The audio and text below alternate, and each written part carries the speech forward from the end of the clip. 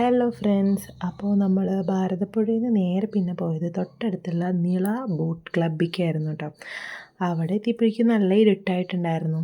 പക്ഷേ ആളുകളൊക്കെ ഇഷ്ടംപോലെ ഉണ്ടായിരുന്നു കേട്ടോ. വെറുതെ സമയം കളയാൻ പോയിരിക്കാവാൻ പറ്റിയൊരു സ്ഥലം അത്രയേ ഉള്ളൂ. ഞങ്ങൾ ഫസ്റ്റ് ടൈമാണ് അങ്ങോട്ട് പോകുന്നത്.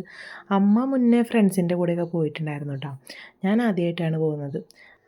പ്രത്യേകിച്ചൊന്നുമില്ല, നമുക്ക് ഈവനിങ് ടൈമൊക്കെ ഒന്ന് സ്പെൻഡ് ചെയ്യാൻ വേണ്ടിയിട്ട് കുറച്ച് നേരം പോവാം എന്നൊക്കെ തന്നെ ഉള്ളൂ. വേറെ പ്രത്യേകിച്ചൊന്നുമില്ല. പിന്നെ കിസ്മീസിൻ്റെ ഒരു ഷോപ്പുണ്ട്, അവിടെ നമുക്ക് എന്തെങ്കിലും കഴിക്കുകയോ അല്ലെങ്കിൽ കുടിക്കാനോ അങ്ങനെ എന്തെങ്കിലും കാര്യങ്ങൾക്ക്. പിന്നെ അതേ പിള്ളേരൊക്കെ കളിക്കാനുള്ള കുറച്ച് പാർക്ക് പോലെ ഒരു സെറ്റപ്പ് ഉണ്ടാക്കിയിട്ടുണ്ട്. എന്നാലും അധികം കളിക്കാനുള്ള സാധനങ്ങളൊന്നും ഇല്ല കേട്ടോ. ഇതുപോലെ ഊഞ്ഞാൽ അങ്ങനത്തെ കുറച്ച് കളിക്കാനുള്ള ഐറ്റംസ് മാത്രമേ അവിടെ ഉണ്ടായിരുന്നുള്ളൂ കേട്ടോ. പിന്നെ അത് ഡെവലപ്പായി വരണേ ഉള്ളൂ, ഇപ്പോൾ സ്റ്റാർട്ട് ചെയ്തിട്ട് അധികം ആയിട്ടില്ല.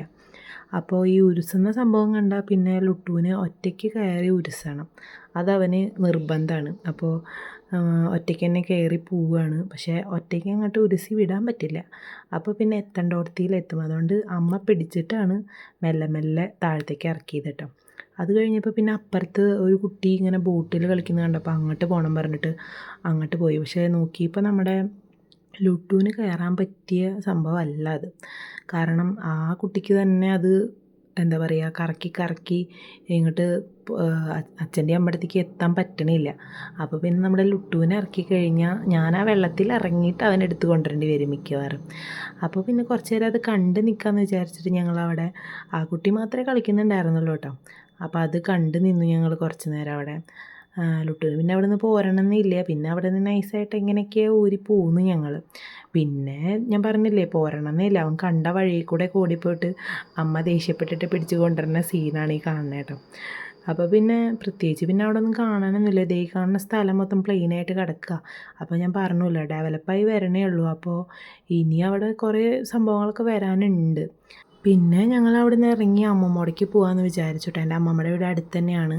അപ്പോൾ ഞങ്ങൾ ഭക്ഷണം കഴിച്ചിട്ട് പോകാമെന്ന് വിചാരിച്ചു. എപ്പോഴെങ്കിലും അല്ലേ പുറത്തേക്ക് ഇറങ്ങണുള്ളൂ. അപ്പോൾ അമ്മ പറഞ്ഞു നമുക്ക് ഭക്ഷണം കഴിച്ചിട്ട് പോവാം.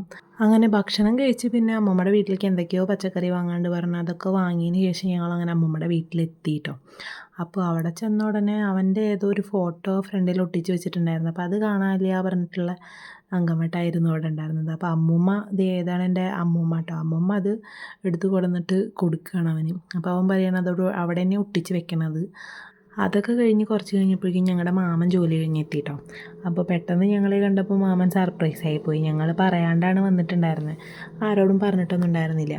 പിന്നെ ഞങ്ങളവിടെ കുറച്ച് നേരം സംസാരിച്ചിരുന്ന് നല്ല രാത്രി ആകുമ്പോഴേക്കും ഞങ്ങൾ തിരിച്ചു പോയി. കാരണം നമ്മുടെ വീട്ടിൽ റൂബി ഉണ്ടല്ലോ, അപ്പോൾ ഞങ്ങൾക്ക് അവിടെ സ്റ്റേ ചെയ്യാൻ പറ്റില്ല. അപ്പോൾ അതുകൊണ്ട് ഞങ്ങൾ കുറച്ച് കഴിഞ്ഞപ്പോൾ തിരിച്ചു പോയിട്ട് ഒരു 9 മണി 9:30 ഒക്കെ ആകുമ്പോഴേക്കും വീട്ടിലെത്തി.